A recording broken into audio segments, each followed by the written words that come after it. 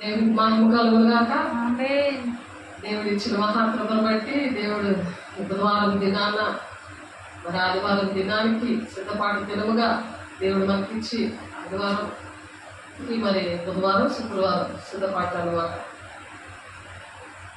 మరి దేవుడు మరి అనేకమైన కార్యాలు మన జీవితాల్లో చేసి మరి మనం ఎలాగే ఇంకా దేవుడు రాకడికి ఏ విధంగా సిద్ధపడాలో ఈ అంచె దినాల్లో, ఈ భయంకరమైన దినాల్లో దేవుడు ఇచ్చే బహుమానాలు వింటే ఎలా ఉంటుంది, వినకపోతే ఎలా ఉంటుంది. మనం విని ఆశీర్వాదకరంగా ఉండాలని దేవుడు ఆశపడుతున్నారు. వినకపోతే ఏ విధమైన పరిస్థితులు ఎదురవుతాయి అనే విషయాలు దేవుడు మరి పరిశుద్ధాత్మ దేవుడు మరి తండ్రి అనే దేవుడు దేవదూతల సమూహంతో మన మధ్య ఉన్నారు. ఆయన మాట్లాడడానికి ఇష్టపడడానికి దేవుడు మనకి కృప చూపించారు. కాబట్టి దేవునికి మహిమ కలుగును గాక. ఆయన ఏదైనా చేయడానికి సమర్థుడు. ఏ కార్యము అయినా సరే చేస్తాడు. మనం నమ్మిక మాత్రం ఉంచితే ప్రతి విషయంలో కూడా ప్రతి ఆశీర్వాదం కూడా పొందుకోవడానికి మంచి సహాయకుడిగా ఉంటాడు పరిశుద్ధాత్మ దేవుడు. కాబట్టి దేవుని ఆత్మను పొందుకోండి. దేవుని నామను మహిమపడతాము. దేవునికి మహిమ కలుగును గాక.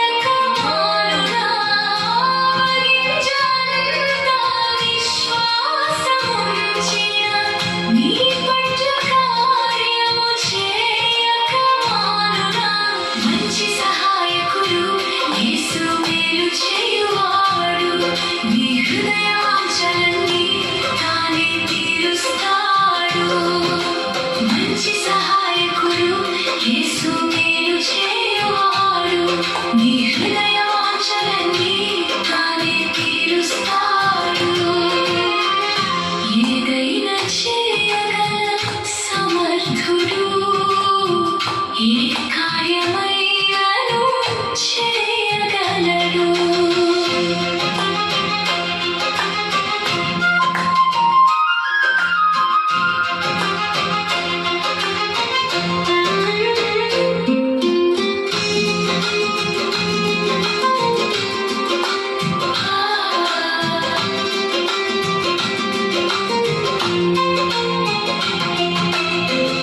ఆశలు కోల్పోయి అరణ్యములో ఉండగా హాగరు అక్కరను తీర్చిన దేవుడు, అవకాశం లేదని అనుకున్నవన్నీ అద్భుతముగా చేసి చూపగలడు.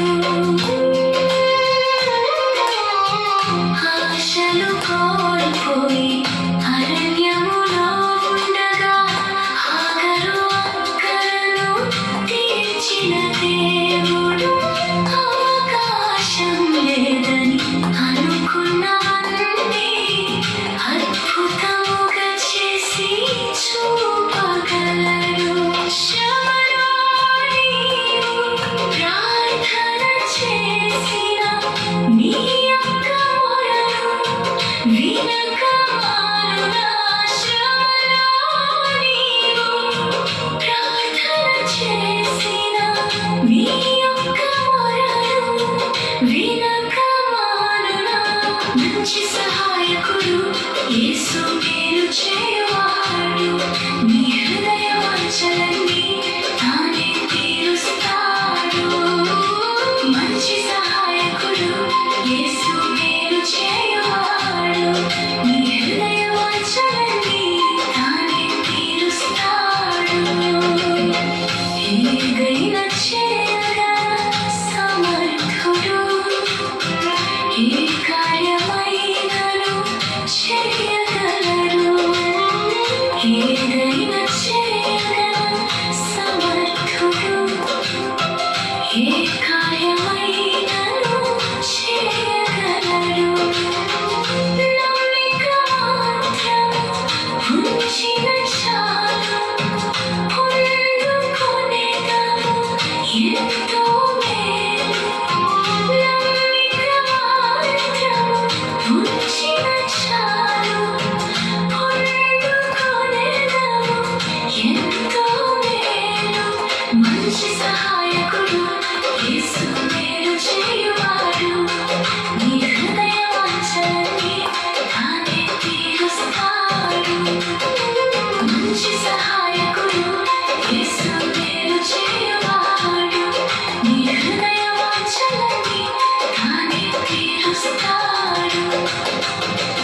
ఏదైనా చేయగల సమర్థుడు, ఏ కార్యమైనను చేయగలడు. ఏదైనా చేయగల సమర్థుడు, ఏ కార్యమైనను చేయగలడు. నమ్మిక మాత్రము ఉంచిన చాలు, పొందుకొనేదము ఎంతో మేలు. నమ్మిక మాత్రము ఉంచిన చాలు, పొందుకొనేదము ఎంతో మేలు. మంచి సహాయకుడు యేసు మేలు చేయువాడు, నీ హృదయ వాంఛలన్నీ తానే తీరుస్తాడు. మంచి సహాయకుడు యేసు మేలు చేయువాడు, నీ హృదయ వాంఛలన్నీ తానే తీరుస్తాడు. Hey Siri, how do I get my phone? కీర్తనలు 21వ అధ్యాయము 3వ వచనంలో శ్రేయస్కరమైన ఆశీర్వాదములతో నీవు అతన్ని ఎదుర్కొనుచున్నావు. శ్రేయస్కరమైన ఆశీర్వాదములతో నీవు అతనిని ఎదుర్కొనుచున్నావు. అతని తల మీద అపరించి కిరీటము నీవు ఉంచి ఉన్నావు. దేవుడు మన తల మీద అపరించి కిరీటము పెట్టడానికి దేవుడు ఇష్టపడుతున్నాడు. ఎప్పుడు అంటే వాక్యం అంటే దేవుడి మాటలు, వాక్యమే దేవుడే ఉన్నాడు. వాక్యం ఏంటంటే కరెక్ట్గా వినాలి, దాని ప్రకారం నడవాలి. ఆశీర్వాదాలు వచ్చినప్పుడు ఒకలాగా, ఆశీర్వాదాలు లేనప్పుడు ఒకలాగా ఉండకూడదు. కష్టము సుఖములో ఒకలాగే ఉండాలి. ఇప్పుడు భార్య భర్తలు ఉన్నారంటే, కుటుంబంలో ఉన్నారంటే ఎన్ని కష్టాలు వచ్చినా నష్టాలు వచ్చినా ఎలాగైతే నిలబడతారో అలాగే దేవునితో కూడా అలాగే ఉండాలి. లూకాసు వార్త 8:14 యేసయ్య శిష్యులతో ఉపమానంగా చెప్తున్నారు. అది సండే స్కూల్ కథలాగా చెప్పుకుంటారు. కానీ మన జీవితాల్లో ఆశీర్వాదాలు ఎందుకు కోల్పోతున్నామో, దేవుడు ఇక్కడ తల మీద అపరించి కిరీటము నేను ఉంచుతాను అని చెప్తున్నప్పుడు, అపరించి కిరీటము దొరకాలంటే మనము ఎలా ఉండాలి? ఆశీర్వాదకరంగా మనం ఉండాలి కదా, దేవుడి మాట వినాలి కదా. వినకపోయినా పిల్లలకి చేస్తామా మనము? ఒకసారి ఆలోచించండి. ఎంత కోపం వస్తుంది వాళ్ళకి. ఎన్ని కొనిపెట్టినా వాళ్ళు ఏమి చేయకుండా, వాళ్ళకి ఎంత కాస్ట్లీ బట్టలు. మొన్న హాస్టల్కి వెళ్ళకుండా చాలా ప్రాణాలు తినేశారు మమ్మల్ని. నిజంగా హాస్టల్లో జాయిన్ చేసి వాళ్ళకి మంచి ఫుడ్, మరి చక్కగా వాళ్ళకి అన్ని విషయాల్లో కూడా దేవుడు ఎంత సహాయం చేశాడో. నిజంగా మంచి బట్టలు అందిస్తే హాస్టల్కి వెళ్ళడానికి చాలా నాకు యాతన పెట్టేశారు దేవుడు. మరి అలాంటప్పుడు మనకు కోపం వస్తుందా లేదా? వాళ్ళ అమ్మ అయితే అన్నం పెట్టలేదు, మీరెవరో నాకు తెలియదు అనేసింది. ఆ కుక్కలకి ఏంటి అన్నం, కానీ నాకు వాళ్ళకి ఇవ్వద్దు అనేసి అన్నది. అన్నం పెడుతుంటే, బిర్యానీ పెడుతుంటే అలాగే ఉంది. ఎంత విసిగిపోయాక ఆ తల్లి ప్రాణం అలా ఉంటుంది. మనుషులుగా మనమే అంత బాధపడుతుంటే మరి తండ్రి అనే దేవుడు తండ్రి చిత్తాన్ని నెరవేర్చకపోతే దేవుని రాజ్యానికి వెళ్ళరు. అది ఎంత క్లియర్గా చెప్తున్నారు మత్తయి 7:21. కానీ ఆశీర్వాదాలు అన్నీ కావాలి. కానీ దేవుడి మాట వినరు. మనుషుల మాట వినకపోతే, భర్త మాట వినకపోయినా, భర్త భార్య మాట వినకపోయి ఎంత కోపం వచ్చి కొట్టుకుంటారు. మరి విడాకుల వరకు వెళ్ళిపోతారు. వాళ్ళతో ఉండడానికి ఇష్టపడరు. వాళ్ళ చెత్త పనులు ఏదైనా చేస్తే నీకు నాకు సంబంధం లేదంటారు. మరి దేవుడు మనం సృష్టించాడు, ఆయన మన కోసం ప్రాణం పెట్టారు. మనం ఎలా ఉండాలి? వాక్యం అనే దేవునితో ఉండాలి. వాక్యం ఏం చెప్తుందో, దేవుడు ఏం చెప్తున్నారో అది మాత్రమే మనం చెయ్యాలి. దేవుని ఎప్పుడు అలా అటు మంచి చెడ్డ ఎలా తెలుస్తుందంటే, వాక్యం అనే దేవుడు మనలో ఉన్నప్పుడు పరిశుద్ధాత్మ దేవుడు మనతో మాట్లాడుతుంటాడు. ఇప్పుడు విన్న మాటలు కూడా ఏ పని చేసుకుంటున్నా సరే అది బాడీలో వెళ్ళి అలా షింక్ అయిపోతుంది. షింక్ అయిపోయి అదేంటంటే మరి ఎక్కడికైనా వెళ్ళినప్పుడు నీకు ఆ మాటలు గుర్తొస్తా ఉంటాయి. ఆ మాటలు కానీ ఆ ఒంటులో నీ దెయ్యాలకి నిలయంలాగా పెట్టుకున్నావు అనుకో, దేహమే దేవునికి ఆలయమే ఉన్నదని అలా ఉంచుకోకుండా కపటము, క్రోధము, మరి అసూయ, ద్వేషము, దేవుని మాటలు వెళ్ళినప్పుడు అవన్నీ చేరిపోతాయి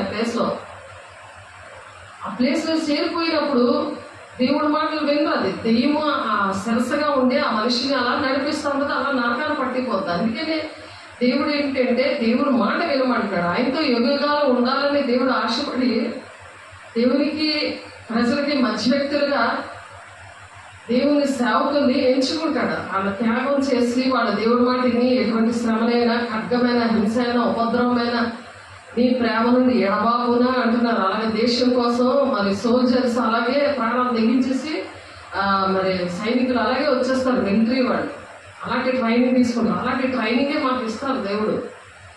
ఎంత శోధనలో పెట్టి వాళ్ళు సువర్ణంగా మారుస్తారో తెలుసా. అలాంటప్పుడు ఇవన్నీ కూడా దేవుడు మాట్లాడతారు. అలాంటి శోధన కూడా తీసుకెళ్తారు. వాళ్ళు ఇంకా చచ్చిపోయిన మర్చిపోలేరు అనమాట. అలాంటి వాక్యం మర్చిపోలేరు. అలా శోధన కూడా దేవుడు తీసుకెళ్తారు. దేవుడు బిడ్డలే అలాంటి శోధన కూడా నిన్ను కూడా తీసుకెళ్ళి ఆఖరికి నీకు అపరించి కిరీటము పెడతాడంట. అలాంటివన్నీ నువ్వు విని దానికి ఆ శోధన కూడా వెళ్ళి నువ్వు ఇంకొకరు అలాంటి శోధనలో ఉన్నప్పుడు అలాంటి వాళ్ళని నువ్వు బాగు చేయడానికి అలా ప్రాక్టికల్గా, థియరికల్గా దేవుడు నేర్పిస్తూ ఉంటాడు.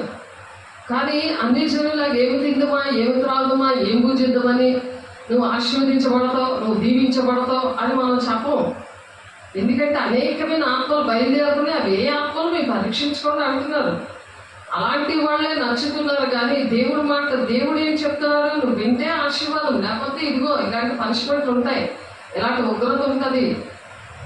ఇవన్నీ కూడా దేవుడు విడమర్చి చక్కగా వాక్యంలో రాసి ఉంచారు. అన్నీ కూడా ఎక్కడ ప్రజలు దూరంగా అయిపోతారేమో అని అన్ని మంచి చెడ్డ మనిషికి అదే మాటలు, మంచి వాళ్ళకి అదే మాటలు రెండు విడమర్చి చెప్పాలి. మంచి చెడ్డ పిల్లలకైనా కుటుంబానికైనా ఎవరికైనా సరే చెప్పగలిగి ఉండాలి. డాక్టర్ వింటే నువ్వు ట్యాబ్లెట్లు వేసుకుంటే నువ్వు ఇలాగ నీకు క్లియర్ అయిపోద్ది. నువ్వు కానీ మధ్యలో మాత్రగా రెండు మాత్రలుగా నువ్వు కంటిన్యూటీ కానీ తప్పిపోయి అనుకో నీకు ఇది తగ్గదని ఎలా చెప్తాడు? అలా లేకపోతే డాక్టర్కి చెడ్డ పేరు, డిస్పెన్సరీకి చెడ్డ పేరు కదా. అలాగే దేవుడికి కూడా అవమానకరంగా ఉంటున్నారు చాలామంది. అన్ని దీవించాలి కానీ ఆశీర్వదించాలి దేవుడు సేవకులు అని అనుకుంటారు. అది ఏంటంటే మోసపుచ్చే ఆత్మ అనమాట. అది మోసం చేస్తుంది. మోసం చేసి నువ్వు పర్వాలేదు, ఏదైనా దేవుడు చేసేస్తాడులే, నీకు అన్ని ఆశీర్వాదాలు ఇచ్చేస్తాడులే, నీ వాగ్దానాలన్నీ నెరవేర్చబడతాయి, నీకు అన్నీ అయిపోతాయి అని చెప్తాడు సాతాను ఆత్మ. అందుకని మోసపుచ్చే ఆత్మ, అపవిత్రాత్మ, లౌకికాత్మ, మనుష్యాత్మ, దేవుని ఆత్మ అది పరీక్షించుకోమని చెప్తున్నారు. అది ఏ ఆత్మలో అంచె దినాల్లో బయలుదేరున్నాయి. మొదటి యోహాను 4:1 చెప్తున్నారు. ఇక్కడ లూకాసువార్త 8:14-15 మొండ్ల పొదల్లో పడిన వారు ఎవరనగా, మొండ్ల పొదల్లోని విత్తనాలు పడిపోయి, ముండ్ల పొదలో మనిషిని ఒక మొక్కగా చెట్టుగా పోలుస్తారు. ఉపమాన భాష ఒక ప్రాక్టికల్గా ఏదైనా చేస్తే దానివల్ల మనకు అర్థమవుతుంది కదా. అలాగే ఒక ఉపమానం పరలోక రాజ్యం విషయంలో, ప్రతి ఒక్క జీవితం విషయంలో ఆ దేవుడు అలాగ శిష్యులకి ఈ మాటలు బోధించారు. ఏంటంటే మొండ్ల పొదలో పడిన వారెవరనగా, విని కాలం గడిచిన కొలది జీవ సంబంధమైన విచారముల చేతను ధనభోగము చేతను అణిచివేయబడి పరిపక్వముగా ఫలింపని వారు. పరిపక్వంగా ఫలించరాడు. చెట్టు వచ్చి పిందు తోటి కింద పడిపోతే దానికోసం చెట్టేసిన మనిషి ఎంత బాధపడతాడు? దాన్ని నీరు పోసి దానికోసం ఫలాల కోసం ఆశించినవాడు. అలాగే దేవుడు మన కోసం ప్రాణం పెట్టి మనం పుట్టించి భూలోకంలో పవిత్రంగా ఉన్నప్పుడు పరిశుద్ధాత్మను పొందుకొని పవిత్రంగా ఉండి ఆత్మీయ ఫలాల్లో విశ్వాసం ఉంది. నమ్మకం ఎక్కడ నుండి వస్తుంది? నమ్మకం ఉంచితే దేవుడు కార్యాలు చేస్తాడని మనం పాట పాడుకున్నాము. దేవుళ్ళు అలా నమ్మకస్తుల ప్రార్థన వింటాడు దేవుడు అనేసి పాట పాడుకున్నాము. ఇలాగా మనం నమ్మకంగా ఉండాలి. ఆ దేవుని యొక్క అభిషేకము మనం ఎందుకు వస్తుంది? వాక్యము మన ఒంట్లో ఉంటేనే పరిశుద్ధాత్మ దేవుడు అందరిలో కూడా ఉంటాడు. ఎవరైతే పరిశుద్ధంగా లేరో, వాక్య ప్రకారం నడవట్లేదో వాళ్ళలో ఉండడు దేవుడు. ఎందుకంటే లోకము వారిని చూడదు ఉంది వాక్యము. లోకానుసారంగా నువ్వు ఆలోచిస్తుంటే లోకము వారిని చూడదు అని నేను చక్కగా చెప్తాను. లోకము పరిశుద్ధాత్మను పొందుకోలేదు అని వాక్యం చెప్తుంది. మనం చదువుకున్నాము ఆ వాక్యాలన్నీ కూడా. కాబట్టి మనం ఏ విధంగా ఉంటున్నాము అని ఆలోచించాలి. ఇప్పుడు జీవ సంబంధమైన విచారాల చేత, ఆ ధనభోగము చేత అణిచివేయబడుతుందట ఆ మొక్క. ఆ వాక్యమైన విత్తనము హృదయంలో విత్తబడినప్పుడు మర్చిపోతారు అనమాట. ఆ ముళ్ళ పొదలు అంటే ఏంటంటే జీవన సంబంధం విచారాలు, ధనభోగము ఈ అన్ని చేస్తుంది అనమాట ఆ మొక్కని. అంటే మొక్క అంటే మనిషికి సంబంధించింది మొక్క. కాబట్టి యోహాను సువార్త 14:17 లోకము ఆయననే చూడదు, ఆయనను ఎరగదు, ఆయనను పొందనేరదు. అంటే పరిశుద్ధాత్మ పొందుకోలేరాడు. పొందుకపోతే దేవుని రాజ్యానికి వెళ్ళరు. దేవుని రాజ్యానికి వెళ్ళాలంటే టికెట్ అదే, పరిశుద్ధాత్మ పొందుకొని మరి దినదినము కూడా ఆయనలో నూతనపరచబడాలి. దినదినము కూడా ఒక సాక్షిగా నిలబడాలి. రోజు మనం ఫ్రెష్ అయిపోయి డ్రెస్ ఎలా మార్చుకుంటుంటామో అలాగే పరిశుద్ధాత్మని ధరించుకోవాలి. ఆయనని ధరించుకోమంది యాకోబు పత్రికలో ఉంటుంది. ఆయనని ధరించుకోమంటున్నారు. ఆ విధంగా మనం అలా లేకపోతే వాళ్ళు పరిపక్వంగా ఫలింపని వారు అంటున్నారు. మంచి నేల నుండి వారు ఎవరనగా యోగ్యమైన మంచి మనస్సుతో వాక్యం విని దాన్ని అవలంబించి ఓపికతో ఫలిస్తారనమాట. ఎవరైతే దేవుని శక్తిని పొందుకుంటారో వాళ్ళు వాక్యం వింటారు. వాక్యం విని దాన్ని నెమరేసుకుంటారు. దాని ప్రకారం నేను నడుస్తున్నానా లేదా, అంటే దేవునికి ఇష్టంగా నేను నడుస్తున్నానా లేదా, ప్రతిదీ కూడా దేవుణ్ణి అడిగే చెయ్యాలి. మన ఇష్టం వచ్చి చేయకూడదు. సామెతలు 3:5, 5, 6, 7 ఉంటుంది. ఏంటంటే సామెతలు నీ స్వబుద్ధి ఎందు ఆధారపడకుండా పూర్ణ ప్రవర్తన అంతటి ఎందు యెహోవా అధికారానికి ఒప్పుకో, అప్పుడు నీ మార్గాలు సరళమవుతాయి అని ఉంది అక్కడ వాక్యం. నువ్వు సంపాదించిన డబ్బులు, నువ్వు కలిగిన పిల్లలు అన్ని ఆశీర్వాదకరంగా ఉండాలి అంటే తండ్రి చిత్తానికి ఒప్పుకోవాలి. ప్రతిదీ కూడా ఆయన అధికారానికి ఒప్పుకోవాలి, ఆయనకి చెప్పి చెయ్యాలి, ప్రతిదీ కూడా చెయ్యాలి. ఎందుకంటే ఇర్మియా గారు ప్రవచిస్తారు 1:5 గర్భంలో ఉండగానే నిన్ను ఏర్పాటు చేసుకున్నాను అని. దేవుని బిడ్డగా నేను ఏర్పాటు చేసుకున్నాను. నన్ను దేవుని బిడ్డగా ఏర్పాటు చేసినప్పుడు నువ్వు దెయ్యం పనులు చేయకూడదు, ఆయన్ని అడగాలి. ప్రతిదీ కూడా అడిగి మనం ప్రతి విషయంలో కూడా దేవునికి ఇష్టంగా మనం ఉండాలి. అనేకమైన అబద్ధ బోధకులు బయలుదేరారు అని అంటున్నారు. అబద్ధ బోధకులు అనేకమైన బయలుదేరారు వాళ్ళు. చూడండి 2 తిమోతి పత్రిక 3వ ఏంటి వింటున్నారు, ఏంటి ఆశీర్వాదాలు చెప్పిస్తున్న దగ్గర పరిగెట్టేస్తున్నారు. 2 చెప్తే అమ్మో అవి ఎక్కడ వచ్చేస్తాయని భయపడిపోతున్నారు. నువ్వు వినకపోతే వస్తాయి, నువ్వు ఎక్కడికి వెళ్ళా వస్తాయి అవి. నువ్వు ఎక్కడెక్కడ పారిపోయినా ఎన్ని బోధనలు నువ్వు వింటున్నా వచ్చేస్తాయి అవి. ఎందుకంటే దేవుని చేతిలో ఉన్నాయి. అవి మీకు జరగకుండా ఉండాలనే చెప్తాము. చెప్తుంటుంటే చెప్పిన వాళ్ళు మనుషులు అనుకుంటున్నారు కానీ దేవుడు వాళ్ళని నడిపిస్తున్నారు, దేవుని వల్ల వాళ్ళు పోషించబడుతున్నారు. దేవుని కోసం సమర్పించుకొని చావైన బ్రతికైన దేవుని కోసం నిలబడతామని వచ్చిన వాళ్ళు చెప్తున్నప్పుడు దేవుడు మాటలని అది గ్రహించాలి. చూడండి 2 తిమోతి పత్రిక చూడండి. 2 తిమోతి పత్రిక ఎవరు పరిశుద్ధాత్మ దేవుడు నడిపిస్తే ఎలా ఉంటుంది, సాతానుడు నడిపిస్తే ఎలా ఉంటుంది. ఆయన మాటలేంటి, దేవుడి మాటలు నువ్వు వింటున్నావా? దేవుడి దగ్గర ఎక్కడైనా దేవుడు నాడులే అంటది దెయ్యం. ఎలా ఉంటాడు? ఎక్కడైనా దేవుడు ఎలా ఉంటాడు ఆలోచించండి. పరిశుద్ధంగా ఉన్న దగ్గరే ఉంటాడు ఆయన. ఆయన ఒక బోధ నేర్పించాడు, ఆ బోధ ప్రకారమే వెళ్ళమంటున్నారు. ఇష్టం వచ్చిన బోధన దగ్గరికి వెళ్ళద్దు. అన్ని స్కూల్లో మీరు వేస్తారా? లక్షలుగా చదువుతున్నారు పిల్లలు, చిన్నపిల్లలు, చంటి పిల్లలు లక్షలు పెట్టి సీట్లు కొడుతున్నారు. అలాంటి మంచి స్కూల్లో ఎందుకు వేస్తున్నారు? వాళ్ళు కరెక్ట్గా నేర్చుకోవాలని సర్టిఫికెట్లు కొనేస్తున్నారు. కొంతమంది హాస్టల్ సర్టిఫికెట్ల దగ్గర నుంచి మామూలు సెక్యులర్గా చదువుతున్న సర్టిఫికెట్లు కూడా కొనేస్తున్నారు. కానీ వాళ్ళు జ్ఞానం లేకుండా ఎవరు చంపుతారు? తల్లిదండ్రులు కరెక్ట్గా లేకపోతే పిల్లలు కూడా కరెక్ట్గా ఉండలేరు. నీతిగా న్యాయంగా బ్రతకకుండా అక్రమం చేయడానికి పొండి అని అందుకే అంటున్నాడు దేవుడు. 1 తిమోతికి రాసిన పత్రిక 3వ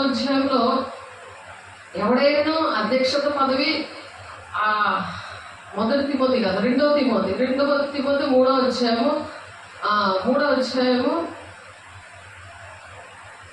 చూద్దాము ఒకసారి. చూడండి, చక్కగా రాసుకోండి. దేవుని దగ్గర సరి చేసుకున్నప్పుడు దేవుడు ఆశీర్వదించకుండా ఉండలేడు. దేవుడి పిల్లలు ఆశీర్వాదకరంగా ఉండాలని ఆశపడుతున్నాడు. దేవునికి మహిమ కలుగును గాక.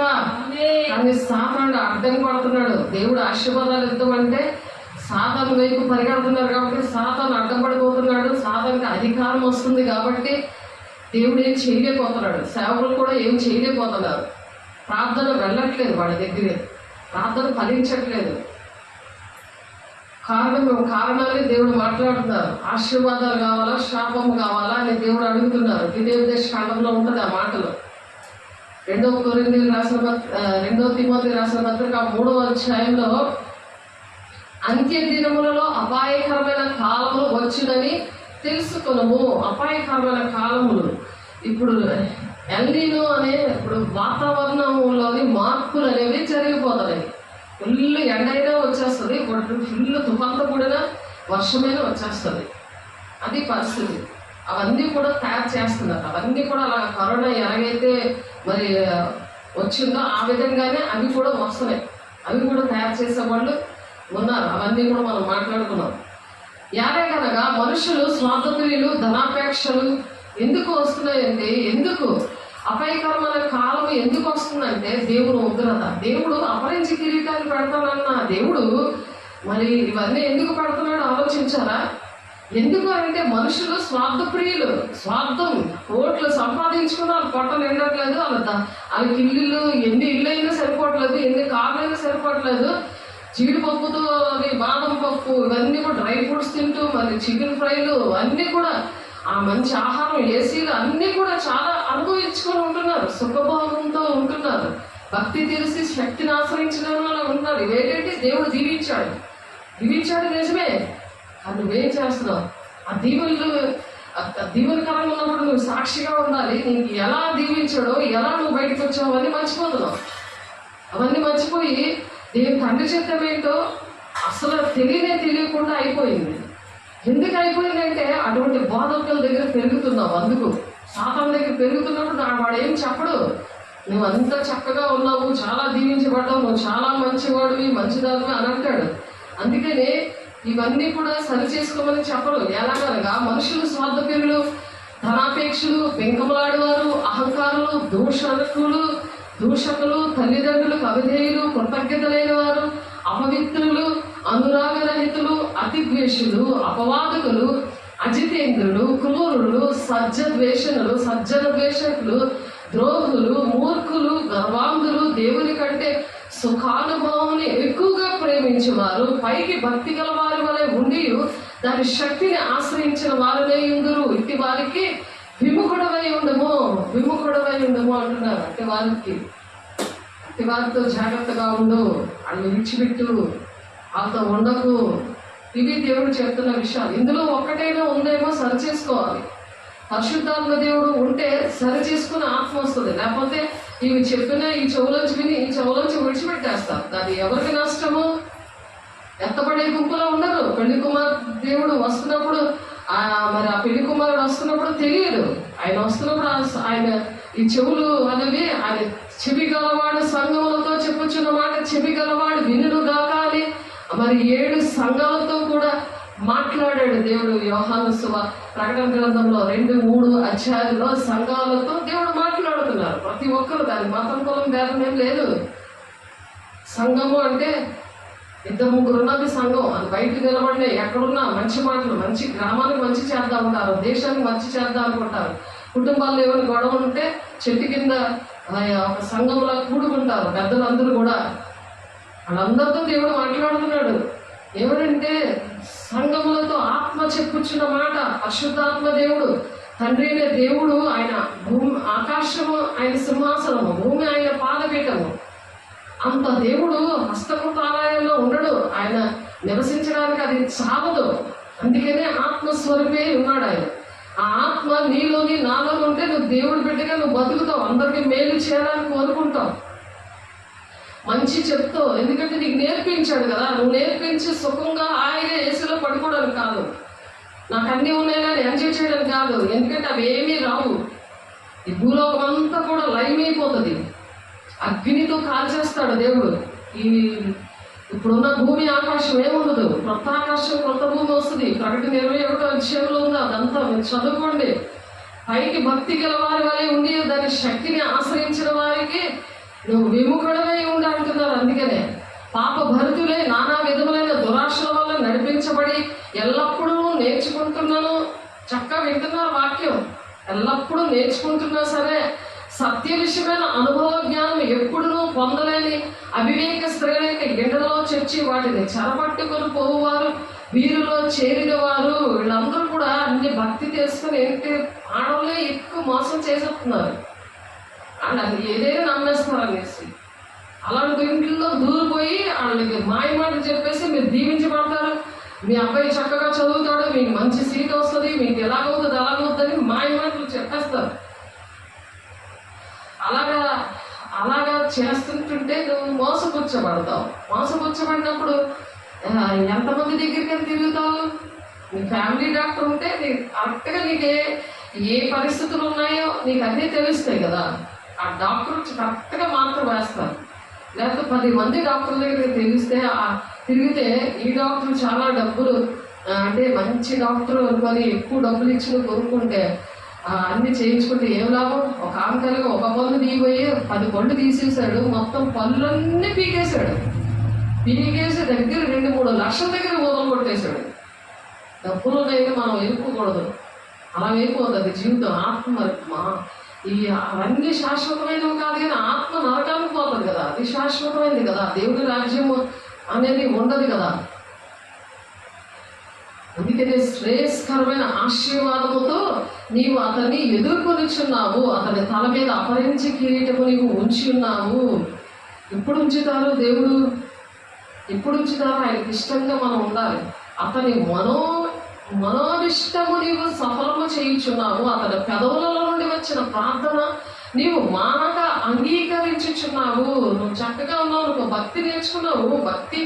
భక్తిని ఆ భక్తి నువ్వు చెయ్యాలి. ఇష్టం వచ్చిన భక్తుల దగ్గరికి వెళ్ళిపోయి అలాగే నువ్వు ఇష్టం వచ్చినట్టు నువ్వు ప్రవర్తించి దేవుని ఆజ్ఞను పక్కన పెట్టి, సేవకులను పక్కన పెట్టేసి, సంఘాలు పక్కన పెట్టేసి, నీ ఇష్టం వచ్చినట్టు నువ్వు సబుద్ధి నువ్వు ఆధారపడుతుంటే దేవుడు శిరస్సుగా లేకుండా దెయ్యం నీలో ఉండే శిరస్సుగా ఉండి అది నడిపించేస్తుందని అది ఆలోచించాలి. దానికి ఎంత నష్టం ఉన్నదో తెలుసా? అది ఎంత నష్టం ఉందో తెలుసా? కీర్తన 21:10లోని ఎంత నష్టం ఉందంటే చూడండి, భూమి మీద నుండకుండా వారి గర్భఫలమును నీవు నాశనము చేసదము అంటున్నారు. నీ గర్భఫలం నాశనం అయిపోతుంది. అందుకే గర్భఫలం ఎందుకు నాశనం అవుతుంది? మా పిల్లలు మాట్లాడట్లేదని అంటారు. ఎందుకు అనుకుంటున్నారు? ఇదే కారణం. దేవుడు నాశనం చేస్తాడు. నరులలో ఉండకుండా వారి సంతానమును నశింపజేసదను. వారు నీకు కీడు చేయవాలని ఉద్దేశించుదురు. అపాయము పన్నీరు కానీ దానిని కొనసాగింపలేకపోయిరి. దురాపాయము పన్నీరు అనమాట. అంటే అలాంటి ప్లాన్లు వేస్తుంటారు. ఎలాగో వాడుకొని వదిలేద్దాం ఆ టైప్లోని దురాభిప్రాయము. వారు నాకు కీడు చేయవాలని ఉద్దేశించి దురాభిమాయము పన్నీరు కానీ దాన్ని కొనసాగింపలేకపోయేది. ఎందుకంటే మోసం చేద్దాము అని మోసపుచ్చాత్మి ఏళ్ళు నడిపిస్తుంది కదా. మోసం చేద్దామని దేవుణ్ణి, సేవకుల్ని, సంఘాన్ని అలాగా ఆలోచిస్తారు. వాళ్ళు ఇంటిని అలాగ ఒక పాటు చేసుకుంటారు. అలా చేద్దాం అనుకున్నారు కానీ వాళ్ళు కొనసాగించలేరు. ఎందుకంటే ఎవరి మోసంలో ఎవరి బోధలో అల్లే పడతారు. నీవు వారిని వెనుకకు త్రిప్పివేసదవు. నీ ఇంటి నారులను బిగించి వారి ముఖము మీద కొట్టుదువు. దేవుడు కొడతాడంటారు ముఖం మీద. యెహోవా నీ బలమును బట్టి నిన్ను హెచ్చించుకొనుము. మేము గానము చేయొచ్చు నీ పరాక్రమను కీర్తించదము. కానీ నీ ప్లాన్ ఏమి సక్సెస్ అవ్వలేదు. మేము కీర్తిస్తాం, దేవుడు కొనియాడతాం. నువ్వు ఎన్ని కీడులు మనం చేసినా, ఎంత నువ్వు ద్రోహం చేసినా నీ పరిస్థితి ఎలా ఉంటుంది? మేమైతే కీర్తిస్తున్నాం. దేవుడు విడిచిపెట్టట్లేదు. దేవుడు మాతో ఉన్నాడు. దేవుడిని ఆశీర్వాదం పొందుకొని దేవుడి రాజ్యం వెళ్ళడానికి, నిన్ను సరి చేయడానికి దేవుడు నిలబెట్టాడు. సరి చేసుకొని త్వరగా పిల్లల్ని, గ్రామాల్ని దేవుడు ఏటే పని ఇచ్చాడో, తండ్రి పని ఏంటో, తండ్రి చిత్తం ఏంటో ఆ లోకానుసారంగా మానేస్తే, లోకానుసారమైన జీవితం, లోకానుసారమైన బోధలు అవన్నీ మానేస్తే దేవుడు మరి తోడే ఉంటాడు. నువ్వు లోకంతో ఉండి లోకానుసారమైన జీవితంతో ఉంటే మరి లోకం ఆయన ఎరుగదట. లోకం ఆయన చూడదు. దేవుని చూసే కళ్ళు ఉండవు. దేవుని స్వరం వినే చెవులు ఉండవు. యోహాను 14:17 ఉంది ఆ మాట. ఆయనను పొందలేరదు. ఆయన నీలోనికి రాడు. సాతానే ఉంటాడు. సాతానికి ఇష్టమైన పనులు చేస్తే సాతాను ఉంటాడు. బబులోను పట్టణం అంటే ఏంటో తెలుసుకున్నాం కదా. అది దెయ్యములకి నిలయం. నీ దేహము దెయ్యాలకి నిలయంలాగా తయారైపోతుంది. బాగానే ఉన్నానులే అని అనుకుంటారు అని సైతానుడు అనిపిస్తాడు. ఆడుండి ఆ మాటలు నీకు బోధిస్తూ ఉంటాడు అనుక్షణము. ఆలోచించండి దేవుని బిడ్డల. రోమాపత్రిక 8:20 చూడండి. రోమపత్రిక దేవుని యొక్క చిత్తము నెరవేర్చాలని ఆశపడండి. ఈ అంచె దినాల్లో ఎప్పుడు పరిస్థితులు ఎలా ఉంటాయో తెలియదు. మనం సిద్ధంగా ఉండాలి. దేవుడు కంచి వేస్తాడు. జకర్యా 9:8 ఉంది కదా. నిన్ను బాధించేవారు నీ దగ్గర సంచరించకుండానట్లు నేను ఒక దండపేట నీకు ఏర్పాటు చేశాను, నీకు కంచేస్తున్నాను. నేను బాధించేవారు ఆ మోక నీతో ఉండదు. వాళ్ళు నీ దగ్గర ఉండరు. నువ్వు ఒక దండపేట, నీకు ఒక సైన్యం అన్నమాట. నీకు ఒక కంచె, నీకు ఒక ఫ్యాకల్టీ. అంటే ఇప్పుడు ఒక జగన్ ఉన్నారనుకోండి, చంద్రబాబు గారు ఉన్నారనుకోండి, ఆయనకి అలాగే సెక్యూరిటీ ఉంటుంది. ఎంతమంది ఉంటారు అలా వేస్తాడు దేవుని బిడ్డలకి. వాళ్ళకి వాళ్ళు నడవగలరు, వాళ్ళు ఏదైనా చెప్పగలరు, అది ఏదైనా చేయగలరు. వాళ్ళకి ఆ దండుపేట ఉంటుంది. అలాంటి ఏరియాలో పనిచేయడానికి దేవుడు సహాయం చేశాడు. దేవునికి మహిమ కలుగును గాక. అలాగే తిరిగితనము దేవునాత్మ కాదది. దేవుడు పరిశుద్ధాత్మ దేవుడు ఉన్నవాళ్ళు నీటి కొంత సింహంలో ధైర్యంగా ఉంటారు. తిరిగి గల ఆత్మతో ఉండి నరకానికి వెళ్ళే ఫస్ట్ లిస్ట్ లో ఉన్నారు ఆ పిరికి వాళ్ళు. ఆ పిరికి గల ఆత్మ ఎందుకు వస్తుంది? సైతన్యతో ఉంటే చెడ్డ పనులు చేస్తే పిరిగితనం వస్తుంది. ఆదాము అవ్వలు దేవుని మాట మీరు చెప్పు చాటు ఎలా దారుకున్నారు? వాళ్ళు రక్షణ లేక దిగంబరులుగా ఉండి అటువంటి పరిస్థితి ఉండకూడదు. రోమ 8:20 చూడండి.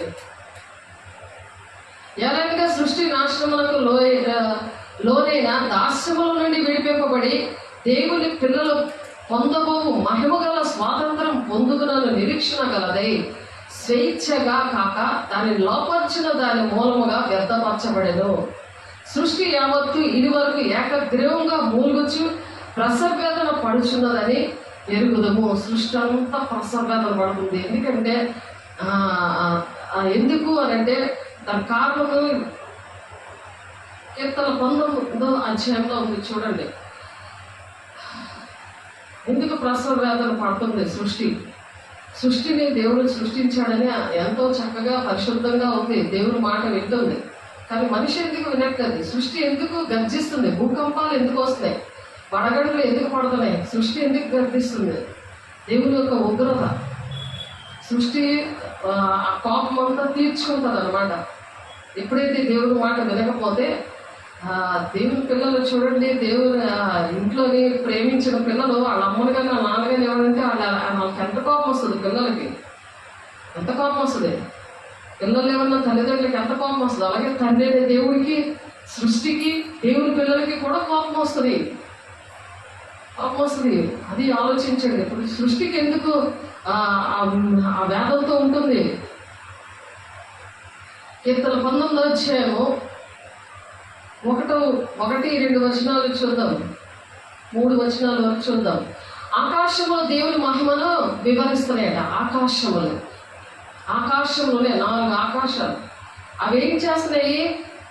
ఆకాశంలో దేవుని మహిమను వివరిస్తున్నాయి. నువ్వు దేవుని మహిమను వివరిస్తున్నావా?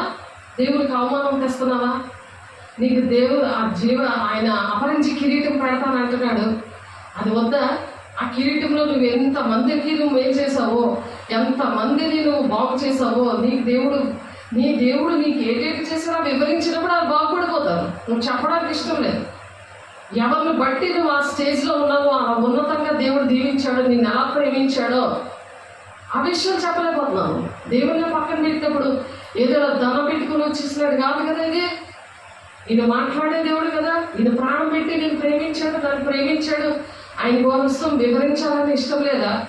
కృతజ్ఞతాపూర్వకంగా విన్నపాలు తెలియచేయాలి. ఇంకా అది లేదు ఇది లేని అనడానికి కాదు. శరీర సంబంధంగా ఏడకూడదు. ఏడిస్తే మరణం ఏర్పాటు చేస్తుందని ఉంది. రోమ 8:5-6 ఏమీ తెలియని వాళ్ళకి వెంటనే అవుతాయి అవి అద్భుతకారాలు జరుగుతాయి. ఏమీ తెలియదు, అసలు ఏసై కోసమే తెలియని వాళ్ళు చాలా మంది ఉన్నారు. వాళ్ళకి వెంటనే అవుతాయి. నీకు అపమే. నీకు ఎలాగవుతాయి? నువ్వు ఎదిగావు కదా. పెద్ద పిల్లల్ని ఎత్తుకొని ముద్దులాడతారా? తప్పు చేస్తే కొడతారు కదా పెద్దోళ్ళని.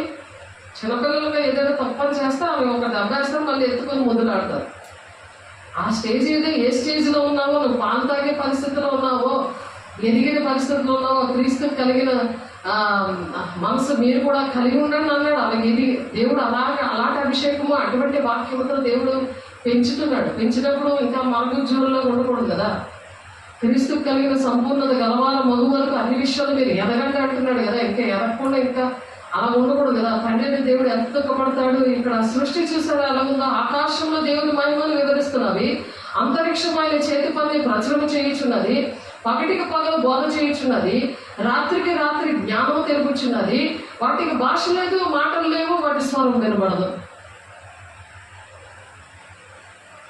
చూసారా సృష్టి ఎలాగా దేవుణ్ణి మహిమపరుస్తుందో? నిజమైన దేవుడు ఎవరు ప్రాణం పెట్టారో? ఆయన చనిపోయినప్పుడు భూమి పగిలిపోయింది, వద్దలైపోయింది, భూకంపం వచ్చేసింది, సమాధులలో లేచిపోయారు. సూర్యుడు లేడు, అప్పుడు చీకటైపోయింది. మధ్యాహ్నం 3-6 వరకు కూడా మొత్తం చీకటైపోయింది. మధ్యాహ్నం మిట్ట మధ్యాహ్నం చీకటైపోయింది. ఆయన పునరుత్థానుడు అయినప్పుడు కూడా అటువంటివే జరిగాయి. సమాధుల్లో ఉన్న వాళ్ళు లేచారు. 500 పైగా, అంటే 500 కన్నా ఎక్కువ మందికి యేసే కనిపించి ఆయన ఎలాగైతే మనిషిగా వచ్చి ఎలాగ ప్రాణం పెట్టి ఎలా ప్రేమించారో, మనిషి తప్పు చేశాడు కాబట్టి మనిషి అలాగా ప్రేమించి అలాగ మన పాపముల కోసం మనకు రావాల్సిన శిక్ష ఆయన మీద వేసుకొని మీరు పరిశుద్ధంగా ఉండాలని పరిశుద్ధంగా ఆయన జన్మించి ఆ పరిశుద్ధ రక్తం ద్వారానే పాపక్షమం వస్తుంది అని చెప్పి వేద గ్రంథంలో రాశారు, బైబిల్లో రాశారు. ఆ గ్రంథంలో ఇప్పుడు ఆయన రాబోతున్నాడు.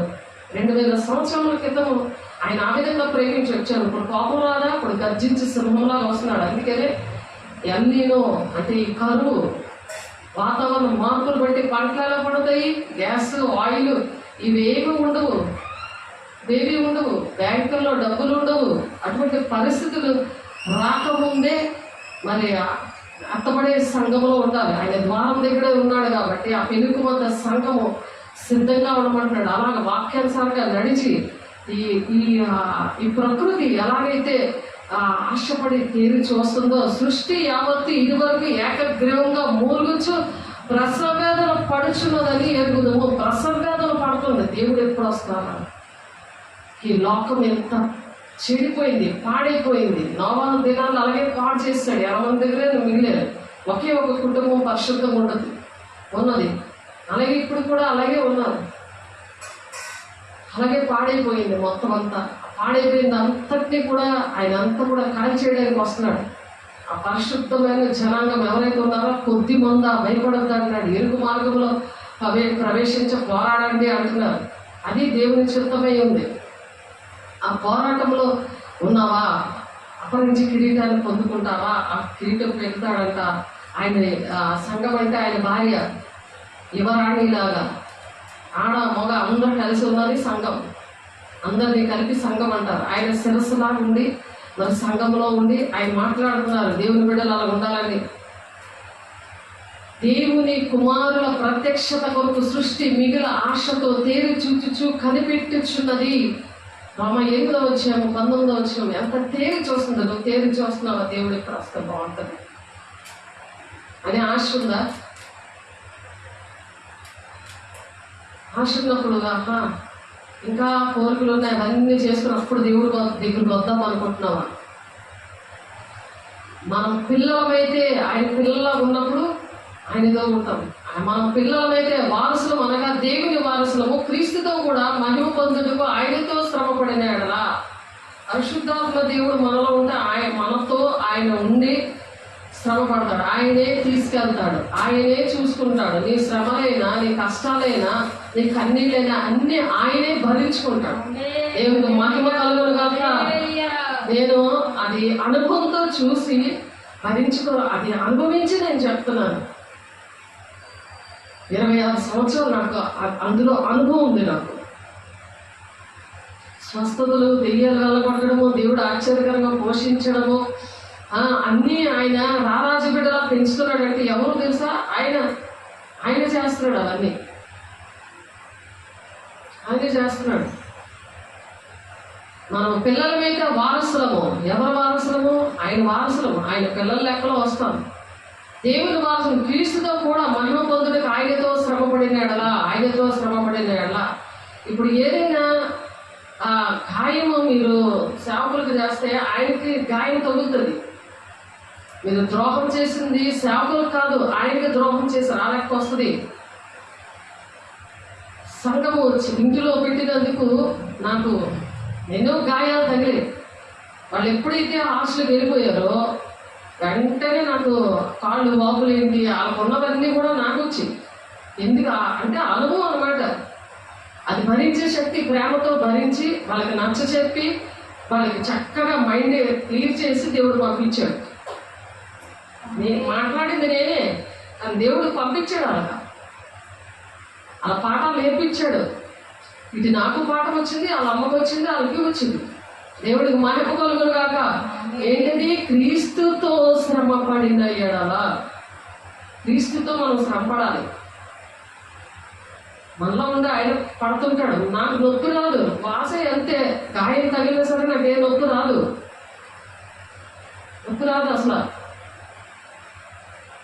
ఆశ అంటే అవి మాత్రలు వాడినా ఏ టెస్టులు చేసుకుని అన్ని నీళ్ళు రిపోర్ట్సే. వాళ్ళ దొంగలునే నాకు వచ్చాయి దొంగలు. మారిపోవలసిన ఉన్నారు. వాళ్ళ మమ్మీకి వచ్చింది, నాకు వచ్చింది. వాళ్ళు ప్రార్థన చేస్తారు. మరి ఆ కూతురుకు ఉంది, నా ఆత్మీయ బిడ్డ తనకు వచ్చింది, నాకు వచ్చింది. ఎందుకు? వాళ్ళ భారము మోస్తూ ఉంటారు. ఎందుకంటే ఆయనతో నేను శ్రమపడుతున్నాను కాబట్టి వచ్చేవి తగ్గిపోయాయి. కానీ ఎక్కువ బాధ అనేది ఆయనకే తగ్గుతుంది, నాకు తగలదు. అది నేను నేర్చుకున్నాను. అది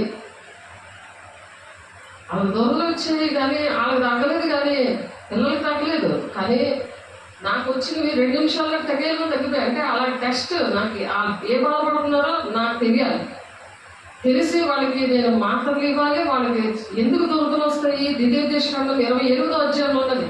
దేవుడు మాట వినకపోతే వస్తుంది. వచ్చిందిలే పోయిందిలే అనేసి నేను ఉండడానికి కాదు. నాకు వస్తే కదా నాకు ఆ బాధ తెలుస్తుంది. అది అలాగే క్రీస్తుతో శ్రమ పడినాడలా దేవుడు కొన్ని పాఠాలు నేర్పిస్తుంటాడు. దేవుడి మాట వినకపోతే కొన్ని పనిష్మెంట్లు ఇస్తాడు. అంతేగాని దేవుడు అన్ని ఆశీర్వాదాలు ఇచ్చేస్తాడు. ఎందుకు వచ్చింది ఇది, ఎందుకు ఈ నష్టం వచ్చింది, ఏ ప్రార్థన చేస్తే ఏ విధంగా దేవుడు ఆ పనిష్మెంట్ సాపాడు పెట్టిందో ఇవన్నీ తెలిసిపోతాయి మనకి.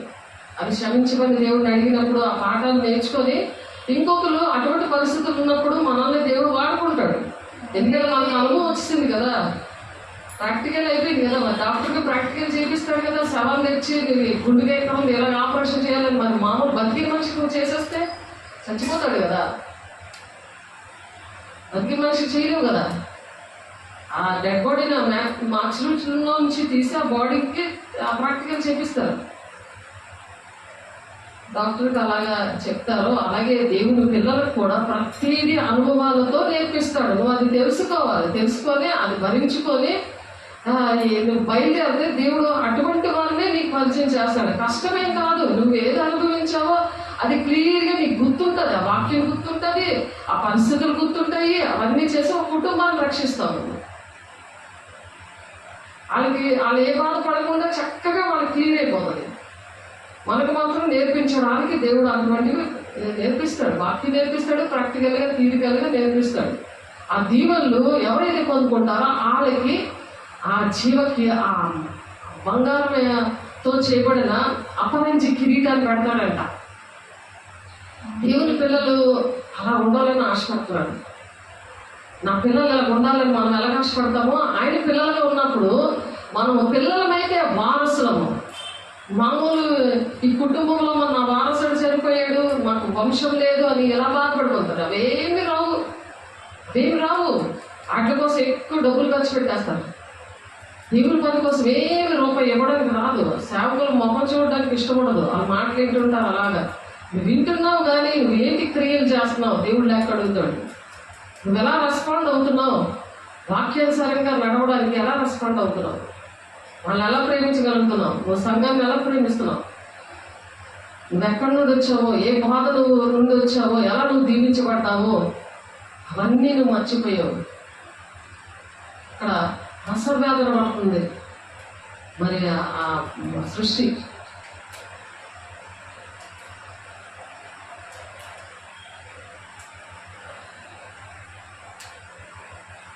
స్వేచ్ఛగా కాక దాని లోపొచ్చిన వారి మూలముగా వ్యర్థపరచబడిందంట. స్వేచ్ఛగా కాకుండా సృష్టి యావత్తు కూడా అలాగా వ్యర్థపరచబడి ఇది వరకు ఏకగ్రీవంగా మూలుగుచు ప్రసవేదన పడుచున్నదని ఎరుగుదాము. అంతేకాదు ఆత్మీయ ప్రథమ ఫలముల నొందిన మనము కూడా దత్తపుత్రాత్మము కొరకు అనగా మన దేహం యొక్క విమోచనము కొరకు కనిపెట్టించు మనలో మనము మూలుగుచున్నాము.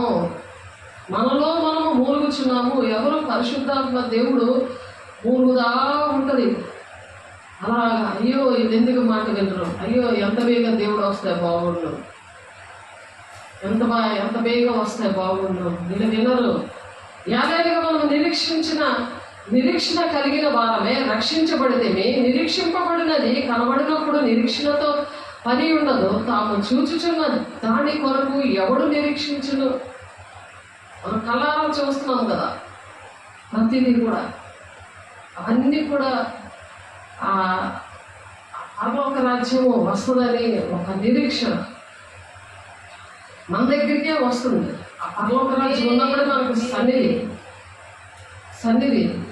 పరలోక రాజ్యం మీ మధ్యకే వచ్చి ఉన్నదని ఉంది కదా వాక్యం, చాలాసార్లు చెప్పుకోవడం అయింది.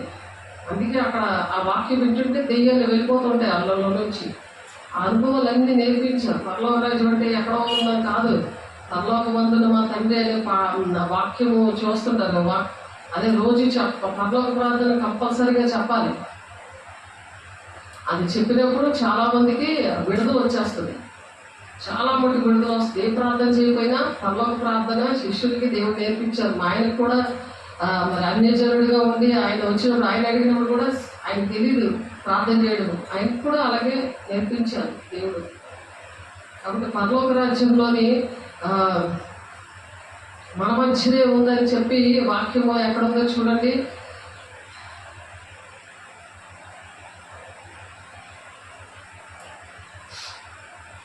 లూకాసువార్త 11వ అధ్యాయము 20వ వచనంలో ఉంది, ఒకసారి చూడండి. అయితే నేను దేవుని వేలుతో దెయ్యములను వెళ్ళగొట్టుచున్నాడలా నిత్యముగా దేవుని రాజ్యము మీ వద్దకు వచ్చి ఉన్నది. దేవుని వేలు, నీవే వేలు? దేవుని వేలుతో నువ్వు దెయ్యంను వెళ్ళగొడుతున్నావా? నీ ఇంట్లో ఉన్నవి నువ్వు ఎక్కడికి వెళ్తున్నావు అది వెళ్ళగొడుతున్నావా? వాళ్ళకి వెళ్ళగొడుతుంటే నువ్వు ఎక్కడికి వెళ్తుంటే అక్కడ దేవుని రాజ్యం నీతో వస్తుంది. నీలో దేవుని రాజ్యం ఉన్నట్టు, నీ దేహము దేవుని ఆలయంగా ఉన్నట్టు. నువ్వు దేవునికి లోబడాలి, దెయ్యాన్ని ఎదిరించాలి. నువ్వు దెయ్యానికి లోబడిపోతున్నావు, దేవుడిని ఎదిరించేస్తున్నావు. అప్పుడు ఆ దేవుని రాజ్యం నీతో ఎలా ఉంటుంది? మన మధ్యనే ఉందా వాక్యం చూడండి. లూకా 11వ అధ్యాయము 20వ వచనం. అయితే నేను దేవుని వేలితో దెయ్యములను వెళ్ళగొట్టుచున్న ఎడల నిత్యంగా దేవుని రాజ్యం నీ వద్దకు వచ్చి ఉన్నది. రావాలా వద్దా? దెయ్యాలు రావాలా ఇంట్లోకి? నీ ఇల్లు అలా ఉండాలి, నువ్వెక్కడ ఉద్యోగం చేస్తున్నావు అలా ఉండాలి, నువ్వెక్కడికి వెళ్ళినా సరే అలా ఉండాలి. నువ్వు దేవుని దేహం అని దేవుని ఆలయంగా అలా ఉండాలని దేవుడు ఇష్టపడుతున్నాడు. అలాగే ఇష్టపడి దేవుడు ప్రాక్టికల్గా దేవుడు నేర్పించాడు, దేవుడు పిల్లలకి నేర్పించాడు. అలా ఉన్నప్పుడు దేవుడు ఎంతో ఇష్టపడతాడు. అటువంటి వారికే కీర్తనలు బాగా గుర్తుపెట్టుకోండి. కీర్తనలు 21వ అధ్యాయము 3వ వచనము. కీర్తనలు 21వ అధ్యాయము 3వ వచనం. మనం ఈరోజు దేవుడు మనకు నేర్పిస్తున్న పాఠం ఏంటంటే కీర్తనలు 20వ అధ్యాయము 21వ అధ్యాయము. అలా ఉంటాను ప్రభావం తీర్మానం చేసుకోండి, ప్రార్థన చేసుకున్నాము. కీర్తనలు 21వ అధ్యాయము 3వ వచనము మనం నేర్చుకుంటున్నాము. శ్రేయస్కరమైన ఆశీర్వాదాలతో నీకు శ్రేయస్సు కలగాలని దేవుడు ఆశపడుతున్నాడు. కానీ నువ్వేది కోరుకుంటున్నావు? శ్రేయస్కరమైన ఆశీర్వాదాలతో నీవు అతన్ని ఎదుర్కొనిచున్నావు, అతని తల మీద అపరించి కిరీటము నీవు ఉంచి ఉన్నావు. శ్రేయస్కరమైన ఆశీర్వాదాలు.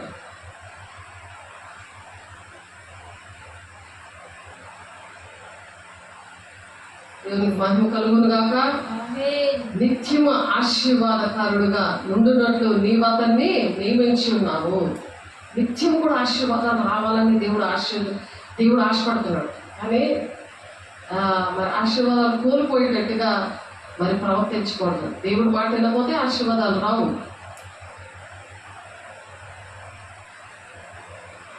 ప్రార్థన చేస్తున్నాము. అశుద్ధ ప్రేమగల దేవ, మహిమగల దేవానికి వందనాలయ్యా. అయ్యా మేము నిత్యం ఆశీర్వాదకరంగా ఉండాలని మమ్మల్ని ఎంచుకున్నాం ప్రభా. అయ్యా నా తండ్రి ఆశీర్వాదాలు లేకుండా ఆయన భూమి మీద ఉండకుండా వారి గర్భఫలము నీవు నాశనం చేస్తావు, నరుల్లో ఉండకుండా వారి సంతానము నశింపజేస్తాను అంటున్నావు నా తండ్రి. ఎంత కోపము తండ్రి నాయన, ఎంత ప్రేమ ఉందో అంత కోపం కూడా ఉన్నదని ఈ దినాలను మాట్లాడావు ప్రభా. నీకు వందనాలు. నిత్యము ఆశీర్వాదాలు ఉండడానికి ఏ విధంగా ఉండాలో అంత కూడా నేను వివరించి చెప్పావు తండ్రి. నీ మాటలు వినాలి నా తండ్రి. అయా నీకు ఇష్టం ఉండాలి అయ్యా. సృష్టి మిగిలిన ఆశతో తేరి చూస్తుంది ప్రభా. నీ బిడలుగా మేము కూడా నా తండ్రి తేరి చూస్తున్నాం ప్రభా. ఆకాశము నీ మాటలు వివరిస్తుంది ప్రభా. అంతరిక్షం నీ చేతి పనిని ప్రచురం చేస్తుంది ప్రభా. వాటికి భాష లేదు ప్రభా. మా కాళ్ళు చేతులు అన్నీ ఇచ్చావు, డబ్బులు అన్నీ ఇచ్చావు ప్రభు. నేను అంచెదినాల్లో అపాయకరమైన కాలంలో వస్తున్నాయో వచ్చేసాయి ప్రభా. అయ్యా అయినా సరే అర్థం కావట్లేదు, ఎంత వైరల్ అవుతున్నా అర్థం కావట్లేదు. రాబోయే సంగతులు అన్నీ కూడా మరి వైరల్ అయిపోతున్నాయి. ఎంత పాపంతో శాపంతో లోకమంతా నిండిపోయిందో. పిల్లల మాట వినకుండా అలా జీవిస్తున్నారు కానీ మృతులుగా ఉన్నారు ప్రభా. అయ్యా ఎవరో పిల్లలు దర్శనాలు వస్తారు, వృద్ధులు కలలు కంటారు, మీ కుమార్తెలు ప్రవచిస్తారు నా ప్రభు. మన తల్లిదండ్రుల పాపంలో పిల్లలు ఒడిలో పోస్తారు నా ప్రభు. తల్లిదండ్రులే అన్నింటికీ కారణము ప్రభా. అయ్యా సహాయం తెచ్చండి, నడిపించండి నాయన. మరి యోసేపు నా తండ్రి ఎంతగానో ఆశీర్వదించావు. తన చిన్ననాటి నుండి మాట్లాడదు, తన కుటుంబాన్ని ఆశీర్వదించావు తండ్రి. నాయన అట్టి కృపను ప్రతి ఒక్కరికి అనుగ్రహించండి అయ్యా. నీకు వందనాలు నా తండ్రి. అయ్యా ఆయన ఒక్కరి ఇంట్లో రక్షించినప్పుడు వారు నీ మాట విన్నప్పుడు ప్రభు అది 1000 తరాల వరకు దీవెనకరంగా ఉంటుందా నా ప్రభా. అయ్యా నా తండ్రి దీనికి నేను అటువంటి అభిషేకం దయచేయండి ప్రతి ఒక్క బిడ్డకి నాయన. అటువంటి మాటలు నాయన నూరంతర ఫలవంతంగా నాయన ఫలింపు దయచేయండి ప్రభు నా తండ్రి. నాయన సరి చేసుకొని ప్రభు నాయన నీ ఆశీర్వాదాలు పొందుకోవడానికి ప్రభు తండ్రి చిత్తాన్ని నెరవేర్చడానికి సహాయం దయచేయండి. నీకు మహిమ తెచ్చే బిడ్డలుగా దీవించండి అయ్యా. హాగర్ మీద తండ్రి ఏ విధంగా నాయన అయ్యా నా తండ్రి ఎడారిలో నాయన తనకి నాయన మార్గం సరళం చేస్తాం ఆయన. శారముగా తండ్రి నేను 100 సంవత్సరాలకి ప్రభా ఆమె నాయన అయ్యా గర్భవతిని చేసావు ప్రభు. అయ్యా మరి అబ్రహాం గారు వాగ్దానాలు మాకిచ్చావు ప్రభు. నా తోడు నిన్ను నిత్యంగా ఆశీర్వదిస్తాను తండ్రి, నిత్యంగా బద్దలింప చేస్తాను అని చెప్పి వాగ్దానాలు ఇచ్చాడు. విధంగా మీరు దీవించారు, ఆశీర్వదించారు అయ్యా తండ్రి. నమ్మకం ఉంచితే చాలు అంటున్నావు తండ్రి. అయ్యా నమ్మిక ఇచ్చి వారికి నేను వెంటనే దీవెనలు కలుగుతాయి అంటున్నావు నాయన. నీ మాట విని నమ్మకం పెట్టుకోవడానికి సహాయం దయచండి. గుడ్డి నమ్మకం పెట్టుకోకుండా ప్రభు అయా తండ్రి విశ్వాసము అభిషేకం పొందుకొని విశ్వాసం అనే ఫలము అయా తండ్రి దయచేయండి ప్రభు. మన కృపలో కూడా అయా విశ్వాసం అనే బలము దయచేయండి. అలా నిరీక్షణ నాయన నమ్మకం ఆ విధంగా వస్తుంది ప్రభా. అయ్యా గుడ్డిగా నమ్ముకొని వెళ్ళిపోవడం కాదయ్యా నా తండ్రి. నీ మాట వింటే నా తండ్రి జరుగుతాయి ప్రభు. అయ్యా నిన్ను దుఃఖపెడితే కాదయ్యా నా తండ్రిని తండ్రి చిత్తాన్ని నెరవేర్చడానికి ప్రభు అయ్యా నీ తోడు నాయన ఉండాలి ప్రభా. నీ తోడు ఉండాలంటే నీ మాట వినాలి ప్రభు. నీ అభిషేకం పొందుకోలయ్యా. లోకానుసరమైన జీవితం నుండి విడిపించండి. లోకము ఆయనను చూడదు, ఆయన ఎరగదు, ఆయన పొందనేరదు అని చెప్తున్నావు ప్రభు. అయ్యా నీ ఆత్మను నేను కూడా నావాడు కాదు అని చెప్తున్నావు నాయన. అయ్యా దర్శించండి, మాట్లాడండి, విడాలి అయ్యా. నూరంతలుగా వాక్యాన్ని ఫలింపు దయచేయండి. ఇస్తున్నాంలో మీరే అధ్యక్షత వహిస్తుంది, మీరే నడిపిస్తుంది. ప్రతి ఆటంకాలు ఏస్తున్నాంలో కాలిపోరుగా అయ్యా. నీ మహిమగల నామంలో కాలిపోరుగా ప్రతి బంధకాలను మీరు విడిపించి అయ్యా లోబడే మనసు, నీకు లోబడి దుష్టిని ఎదిరించే మనసు ఆయన. అటువంటి అభిషేకం మీరు దయచేసి సమస్త మహిమ ఘనత ప్రభావం మీరే పొందుకుంటారు. మీకే వందనాలు స్తోత్రాలు చెల్లిస్తూ నా తండ్రి నీతో శ్రమ పడ్డానికి మీరు సహాయం చేస్తున్నారు అయ్యా. మీకే వందనాలు స్తోత్రాలు చెల్లిస్తుంది. సాక్షిగా శుక్రవారం మీరు నిలబెట్టుకుంటాను. మీకే మహిమ ఘనత ప్రభావం చెల్లిస్తే పరిశుద్ధ నామములో బ్రతిమలాడి వేడుకుంటున్నాను తండ్రి. ఆమేన్. తండ్రి యొక్క దీవెన, కుమారుని యొక్క కృప, పరిశుద్ధాత్మిక నిత్య సహవాసము సదాకాలము ప్రతి ఒక్కరికి తోడైంది నడిపించును గాక. ఆమేన్. మహిమ కలుగును గాక. God bless you. దేవుడు మిమ్మల్ని దీవించి ఆశీర్వదించును గాక. ఆమేన్.